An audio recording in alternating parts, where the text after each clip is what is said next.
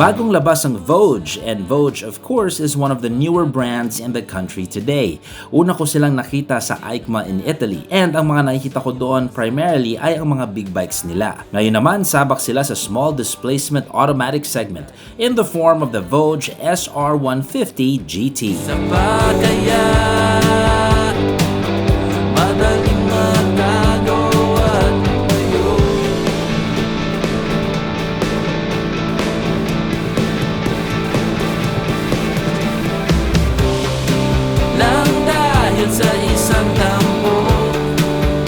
Ang isa sa pinakamalaking market share pagdating sa pagbenta ng motor ay ang small displacement automatic scooter. Madali siyang gamitin, abot-kayang halaga, tipid sa gasolina, and more or less, subok na ang tibay at teknolohiya ng makina niya. Nagkakaiba lang sa tirada ng manufacturers. Dito sa case ng Voge SR150GT, ang makina na gamit nila is the KS150, an engine made by Longchin, an established motorcycle manufacturer in China. In fact, Longchin is one of the biggest. Etong makina na ito ay nasa 149.6cc with 14 HP and 14 Nm of torque. Sana di na matapos ang kinina natin ng gabi. Walang maaayos pag sarili ay walang mali. Hindi na bibitaw.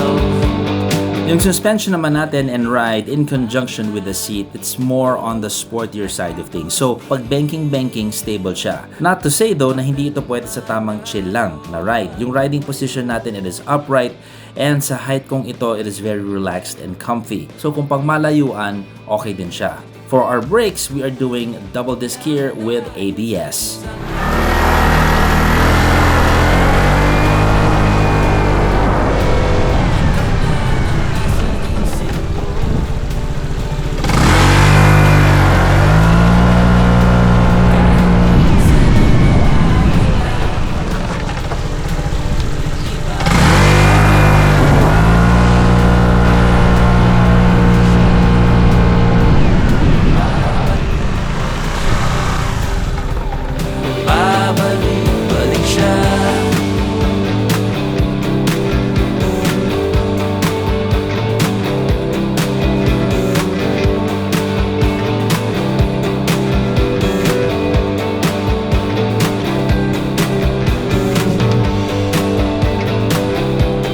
So what we have in front of us is the Voge SR150GT, at dito naman sa aking kaliwa meron nagtatransaksyon ng taho. So we're gonna let them do their thing as we look at the design of the SR150GT. So right off the bat, ang na-appreciate ko, the gills over here, nice touch there, nice design sense, and I think it complements yung ating wings dito.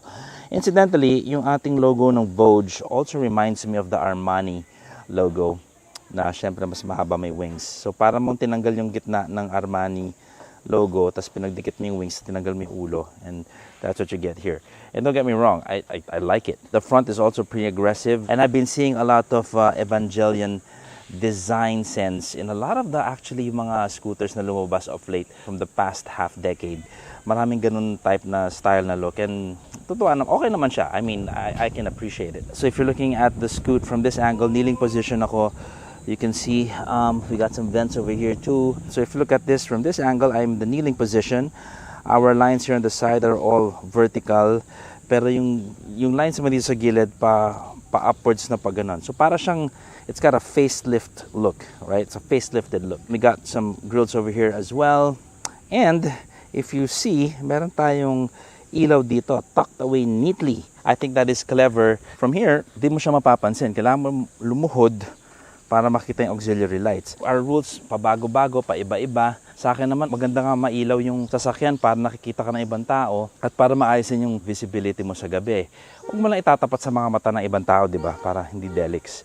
So, if you look at our aesthetics here, diamond style grips. Now, I'm not a big fan of diamond style. I like ridges na parang gulong, parang threads ng gulong yung mga type ko. Again, it depends. May mga classic bikes na bagay din naman to. Finish is all right as Voge bikes go. Okay, let's fire it up. I want to show you how this thing looks To control that, normally with the higher or the bigger bikes, nandito yung controls natin. Not in this case, ang controls natin is going to be here on the screen itself. We are on our side stand, just checking if we have a safety. Yep, hindi siya andar pag ikaw ay naka side stand. So, let's put it there. And that's what it sounds like. Center stand tayo.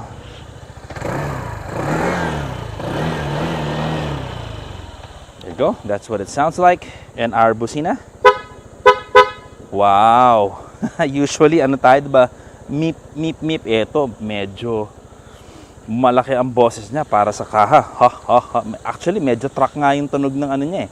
It sounds like you are a big vehicle when you press that.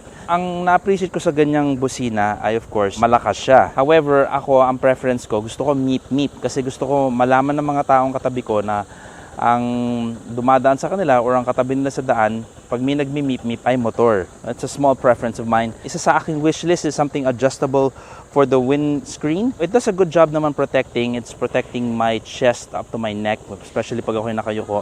But I think it would be nice for taller riders, meron tayong on-the-fly adjustment na pwede natin iangat yung ating windscreen. LED lights, of course. So headlight, that's it. Headlight, not headlight. Headlight, not headlight. Headlight, not headlight. Our signal light is also LED. Our brakes also LED. So good job on that one. Wala tayong gulay board. Would be nice actually, pero maganda na yung look niya na ganyan eh, na hindi gulay boardish yung dating niya. I think it's got a good touch to it. Chinelas check. Size 11. That's what you get. Sakto lang. Sakto lang. Konting atras, konting abante. And for your chillax position, may konting lampas yung ating chinelas. For our tires, sa likod tayo ay naka 13s. Tapos sa harap naman tayo ay naka 14s. Sa likod, the specific size is 130 70 13. Tapos sa harap naman, we have 110 70 14. For our tires naman, we have IRCs. IRCs are pretty good. I've seen some of these tires in races, so makapit naman siya. At tayong problema dyan. So for our suspension, dalawa siya. What I would love to see more of is sana meron tayong monoshock version. For me, it's really the pogi factor. yun yung pakay ko. Meron tayong compartment dito, and to access it, just yank it open. My telepono, S24 Ultra, kasyang-kasya. And if you look at it, kasya dito, apat na telepono, ganyan kahaba. On the other side though, we do not have any provision for any compartment there. It's pretty much closed up. So dito lang siya sa kaliwa. Right in there, hidden, is our USB port. As you can see, which I like kasi enclosed siya, hindi mapapasukan ng tubig. You can charge with your phone inside there and just close it. Kung kailangan nakalawit dito, parang walang provision dito para dumaan ang kable kung nagcha-charge ka all day, right? So, custom ka, what other people do, they drill a hole there para may labasan ng kable. I like the idea that the USB port is inside there at hindi nakalabas dito kasi syempre para safe tayo, di ba?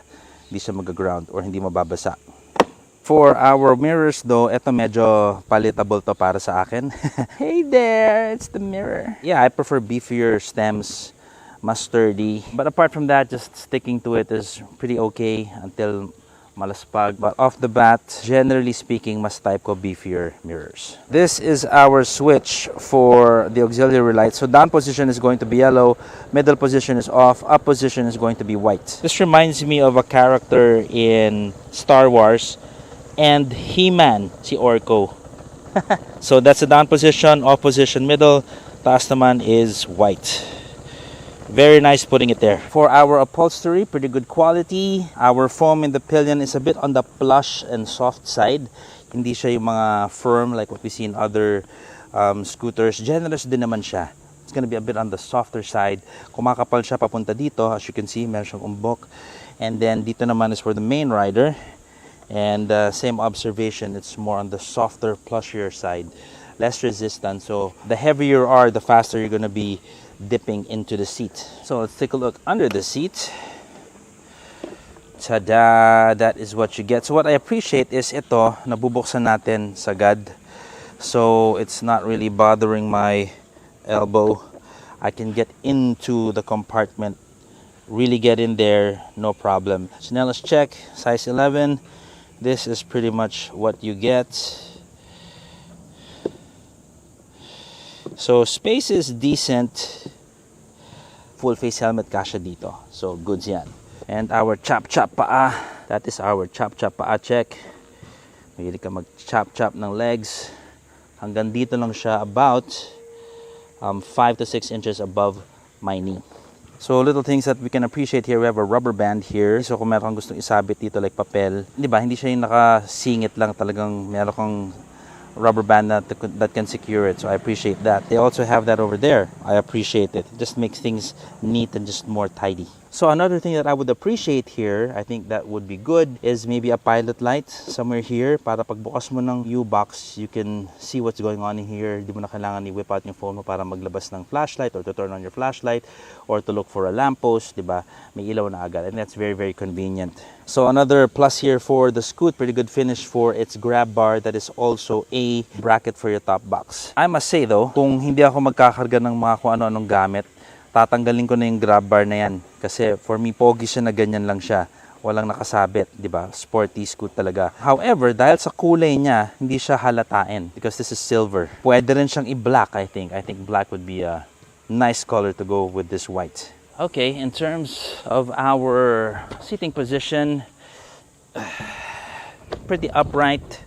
Okay naman yung knee position ko. It's not too high. We're not into toilet seat position. Medyo diretso lang naman siya. My handlebar in relation to my seat and my feet, medyo pababa siya. As opposed to yung iba kasi medyo mataas ang pakiramdam. Ganyan. Ito, dito na sa baba. Legroom, pretty spacious din naman. Turning radius ng atin, pag nag-U-turn ka lang naman, tatama na sa hita ko at thesis mahaba legs ko. However, hindi ka naman sagad gaganon unless yun nga, nag-U-turn ka. When you're turning, it's just a little nudge here and a little nudge there. In terms of our pillion naman, medyo generous yung ating peg. So ako ay nakaangkas, nakahawak sa tiyan ng aking rider. Komportable naman. Although meron akong wish or request na sana meron siyang quick release na if I nudge it with my heel or just hit it, bubukas siyang ganun. I think it's just more convenient than having to put it down. Although, kaya ba siya ipaa? Kung kaya naman. Kaya naman ipaa. You just gotta figure out how. So marami ring okay sa motor na ito considering from 120,000 pesos ngayon ay nasa 115k na lang siya. Sa presyong yan, meron tayong liquid-cooled na engine, EFI na, meron tayong ABS, may start-stop system, alloy wheels with tubeless tires, keyless entry, hidden pillion steps, USB charger, ang dami niyang perks actually for the price. Tapos meron ka pang option to upgrade for a rear box, dash cam with camera, TCS, Bluetooth player, and a simple navigation system.